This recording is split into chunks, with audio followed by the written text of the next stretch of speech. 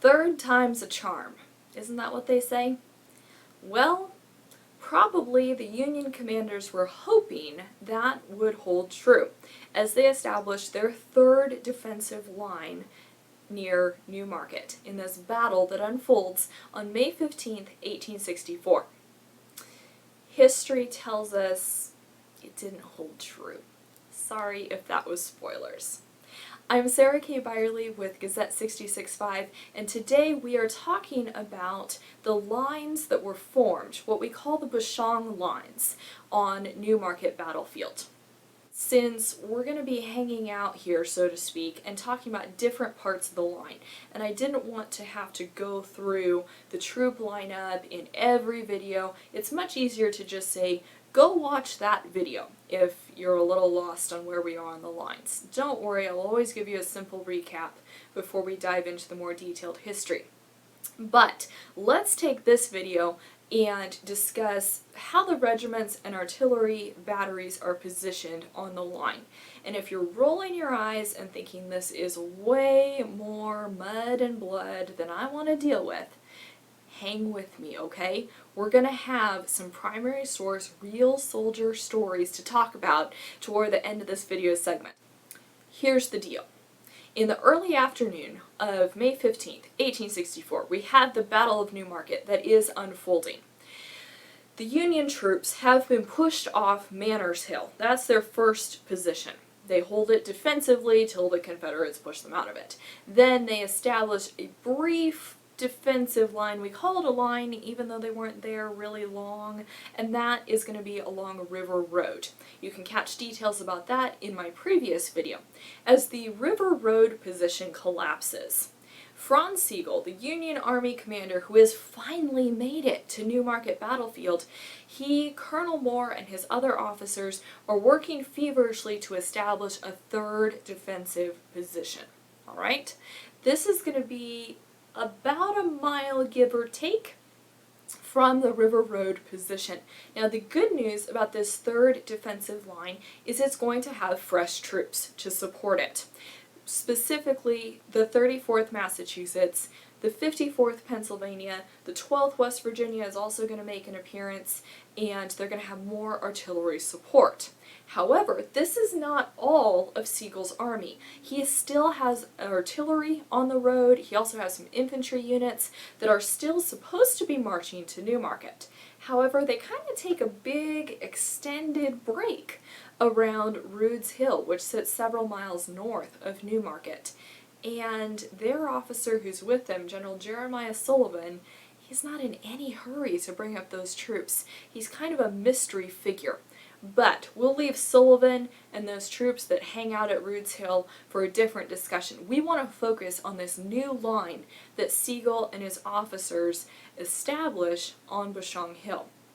First off, where is Bushong Hill and how did it get the name? Jacob Bushong owned a piece of property. Pretty fairly good sized piece of property, a farm.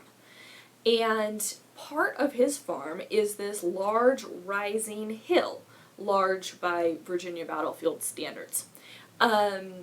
So the hill actually forms part of the high bluffs that sit and overlook the Shenandoah River, and you'll see that on the map. Let's take another look, and I'll go ahead and circle some of these details that we talked about to make it a little easier to see.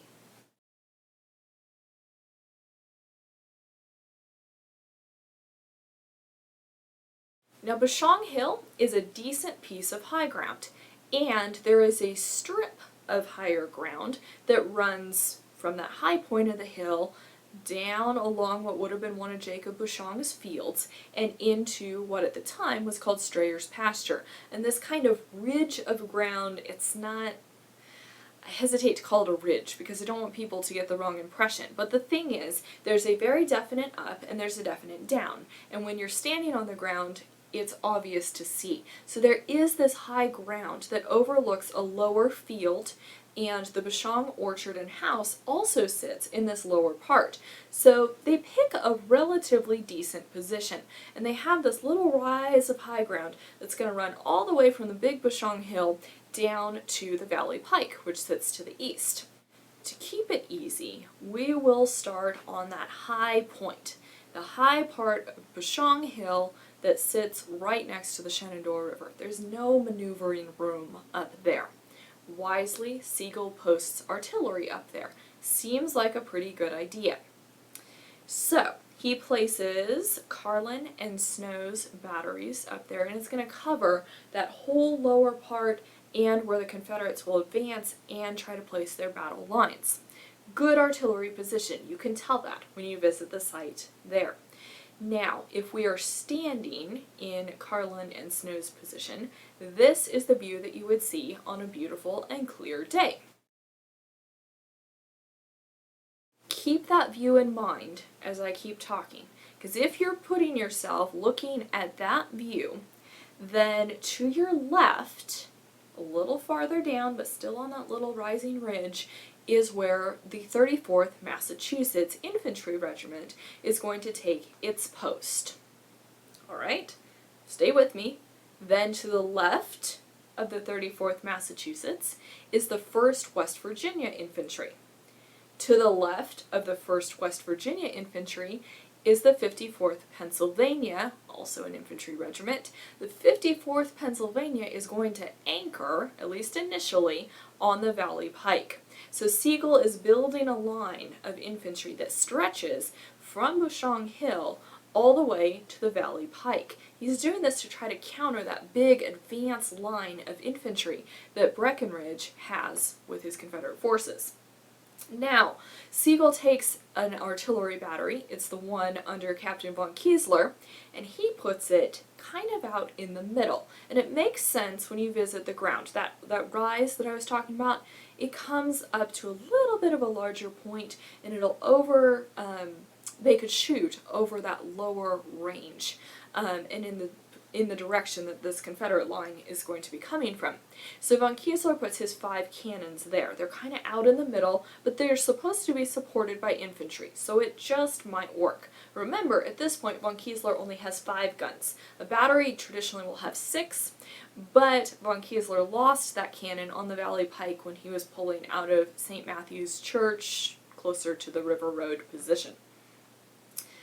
That's a general idea of the actual battle line.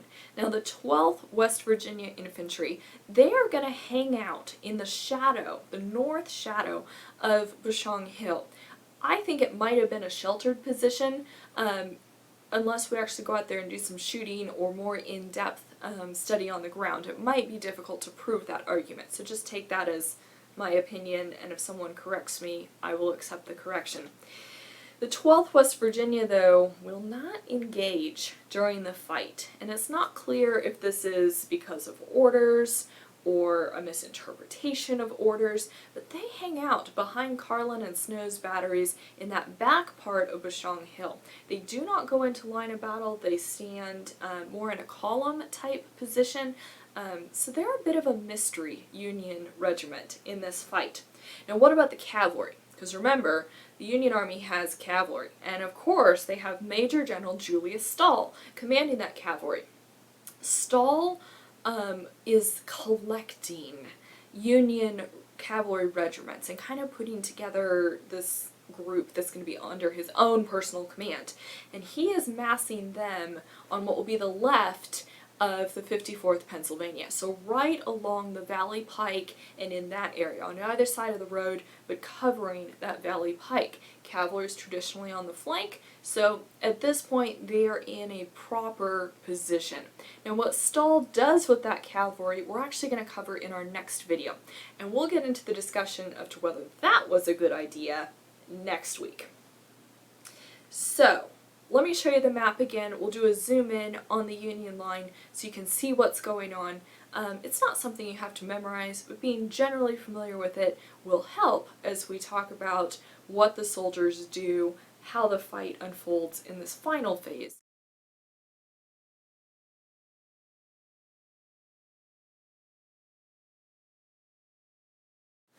Okay, let's talk about the Confederates.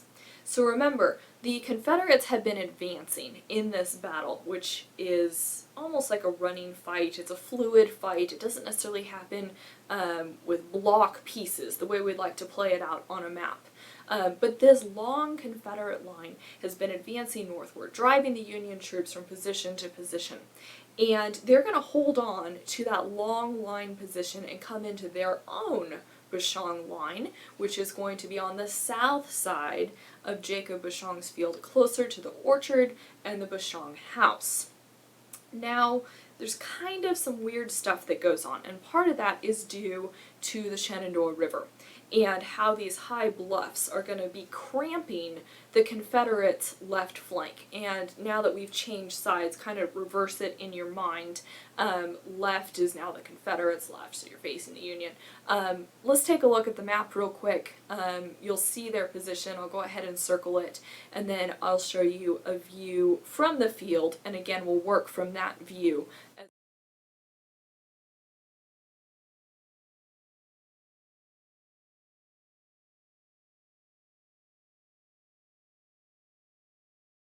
Now, the view that you just saw was taken from the location of the Bushong's fence. They've built a replica fence there today, so it's documented and it's also marked if you visit the battlefield today. So that's going to be somewhat near the center, kind of, sort of the Confederate line. So, from that view that you saw in the photograph, to the left, Confederate left, that's going to be where Gabriel Wharton's brigade is. But his Virginia regiments kind of get squished together due to this changing topography forced by the Shenandoah River. So you have the 54th West Virginia. They are going to be on the far left flank of the Confederates. Then you'll have the 26th Virginia Battalion kind of jockeying into position behind them. They will eventually all come into one line, but it's kind of this strange maneuvering thing to get in there. You also have the 30th Virginia Battalion, which is also kind of cramping this movement. So for a little while, this part of the line will seem to form two lines. They'll eventually straighten out again. So you have Wharton's brigade there on the left. Then you have your smaller little units that come in and join Breckinridge's army, and they are going to be to the right of Wharton's brigade. So that's where you're going to find Woodson's Missourians, probably Hart's Engineers, which would be Company E of the, I believe it's the 3rd Confederate Engineers. If I got it wrong, I'll put it as written text what it is correctly. Then to the right of those units will be Echols Brigade. Remember, they've been on the right all day. They were the ones that moved through the town of Newmarket. They are still on the right. So there you're going to have the 22nd Virginia Regiment, 23rd Virginia Battalion. They are going to be forming the infantry there on Breckinridge's right. They will form a V shape, and you'll see it on the map when we show it again, with artillery, Confederate artillery, forming the point of that V.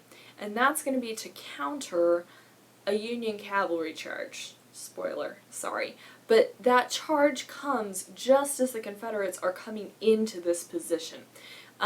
So the infantry kind of forms the V, and then the Confederate artillery is down at the point of that V, so they can shoot. It's probably, I don't know if it's making sense, but the artillery will shoot here, and then with your infantry on either side, they can shoot there. Not a good situation to run your cavalry, but I digress, and we'll come back there. They also, the Confederates, also put a battery of artillery behind the Missourians, and to, let's see, what would be the right of the Bushong farm. If we're facing the Confederate lines, it's going to be to the right. That's Jackson's battery. They're going to actually be dueling with Carlin and Snow's guns that are on Bushong Hill. Now, I am hoping I did not just muddy the waters and confuse anybody watching this. Let's take another look at the map, and you'll see what we were talking about. Do you see why I wanted to take one video to attempt to explain this? My trouble is, I'm now used to explaining it on the battlefield. I had the opportunity to give some presentations about the Battle of Newmarket actually on Newmarket battlefield, right on the Bushong lines. I kid you not, the event tent that we were standing in, or I was standing in, was sitting just behind that little ridge where the Union regiments line up. And it was incredible to be standing there and be able to point it all out. I only hope it can make as much sense when I'm trying to teach at a camera lens and use maps, and I'm not even able to point at the map because I didn't figure out a way to do that and still have it look understandable and professional with the setup that we have right now. A couple of takeaway ideas as we wrap up this video. First off, Breckinridge brings his entire force to Newmarket battlefield, and we talked about this as he advanced from Shirley's Hill north. He puts them all in line of battle, and they are just pushing the Union defenders from position to position. Significantly, it's the position that Sigel, Stahl, Moore, and the other Union officers establish along Bushong Hill that actually holds the Confederates. They make a stand there, and that's significant. This is no Union army that is just forced into a retreat without a fight. They will retreat, but not without fighting. Not without giving it a shot at the regimental level to hold on to this position. The Confederates, though, they commit their army. The Union has straggled troops in all day, and even when they form the position on Bushong Hill, they don't have all their troops and all their artillery on the field. They are not committing everything. And their additional problem is the troops that they still have in reserve are not really close enough to make a direct impact on the battle if they are needed quickly. That's kind of a problem. Breckinridge has reserves. He has two sets of reserves. He has the Virginia Military Institute Corps of Cadets, which he refuses to commit to the battle lines. He's holding them in reserve. He also has county reserves. These are older men and very young boys with no military training. So Breckinridge has held very few troops in reserve, and some people will question that as a military decision. But at the same time, you're going to have to question what Sigel's doing. His possible reserves are still some miles away. They're not going to be able to arrive like that. So we have a situation where, for the first time on May 15th, the lines, the situation are semi-equal. This Confederate battle line is no longer going to be driving two infantry regiments of some cannons and and cavalry. They're now coming up against a significant force, and that significant Union force is going to be able to hold on to Bushong Hill. Where's the Confederate cavalry on this battle line? Well, if you looked really quickly when we were taking a look at the map, you would have spotted them. If not, no worries. They're kind of out there. You have to know where to look for them. John and Bowdoin takes his cavalry units with Breckinridge's permission, and he crosses Smith Creek. So he rests on the Confederates' far right at this point in the battle. Now, there's been some debate. Why did he go over there? The best explanation is he crosses Smith Creek. He probably intends to cross that creek again, which would put him in the rear flank of the Union Army, in position to destroy the only bridge over the Shenandoah River at Mount Jackson. Now, weather plays a role here. For one reason or another, and the best solution is a swollen creek, John and Bowdoin does not make the second crossing in either direction. He and his cavalry cross Smith Creek one time. He does not make a second crossing to put him headed toward that bridge, and he does not cross the rest of his cavalry back over to the side where Breckinridge is. Instead, they end up pushing forward, sitting at a bend in Smith's Creek, which is on the Confederate right, and they fire some artillery shots into the Union line, and they're there on the flank but the creek is between them. So basically the Confederate cavalry is not going to be super effective in the rest of Newmarket's battle. Now, we know that Imboden crossed back over himself and a few officers, but the question is, why didn't he cross the rest of his cavalry? There had been a lot of rain in Newmarket. He may have got across one time. Possibly the creek rose even more, and he was hesitant to bring his hundreds of horsemen back across again. You don't want to lose your cavalry forces to a river. So, given the situation, given the weather, given this probable high water in Smith Creek, Imboden's going to basically keep his cavalry on that other side for the duration of it. Now I promised you some primary sources to outbalance all of the this regiment was here, that regiment was there in the first half of this video. So here's a few accounts of what Newmarket battlefield was like as these troops are coming into position. Union Dr. Alexander Neal described his impression of arriving on the battlefield in the Bushong lines this way. When we came up, all exhausted and drenched with rain to the skin, the cannons were belching forth their music like the crashing of 1,000 thunders. The heavens were literally blackened with shells and canister. My brigade rushed up to the slaughter pen, and there the volleys of musketry opened out on both sides. Another Union officer, Colonel George D. Wells of the 34th Massachusetts, described coming into the Bushong lines, or as they were being established, and the fighting that occurred as the Confederates were also establishing their lines. Here's what he remembered about the fight. In front, and this would be of his position, was rolling ground. The rebels advanced in lines of battle, with masses on the right and left. That would make sense with Wharton and Echols brigades. The ground was perfectly open, not a tree or shrub to obstruct the view. Nothing could be finer than their advance. Their yelling grew steadily nearer.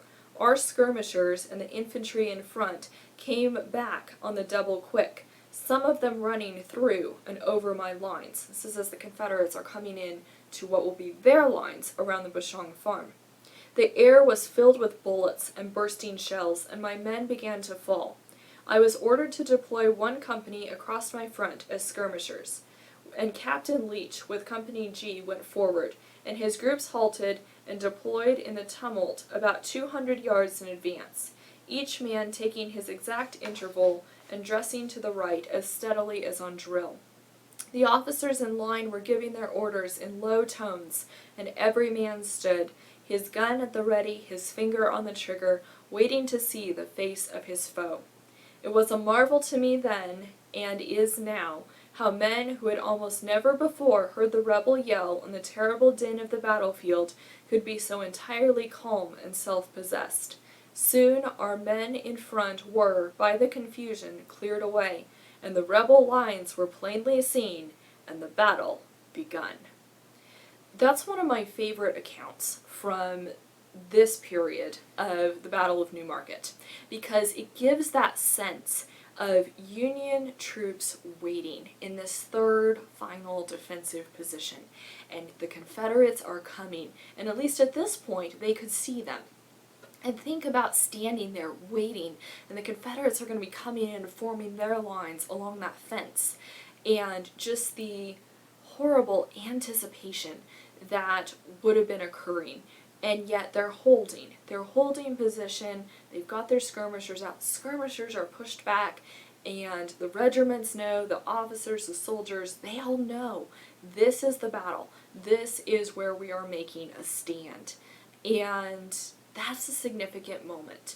And I think hearing it from a Union perspective adds to our understanding of their courage and what those men in blue went through at the Battle of Newmarket. Oftentimes, we get the Battle of Newmarket from a Confederate perspective. I mean, we know it was a Confederate victory, and also the Virginia Military Institute cadets are Confederate, and they are a huge part of the Newmarket story. But as we wrap up today's discussion, keep in mind that Union line established, the Confederate line that'll come in against it. and we'll talk more about the details of how those lines clashed and what its ultimate results were in the coming weeks. I'm Sarah K. Byerly with Gazette 66.5. Thanks so much for watching, and we'll be back with more action next time. Thank you again, and have an inspired week. Bye-bye.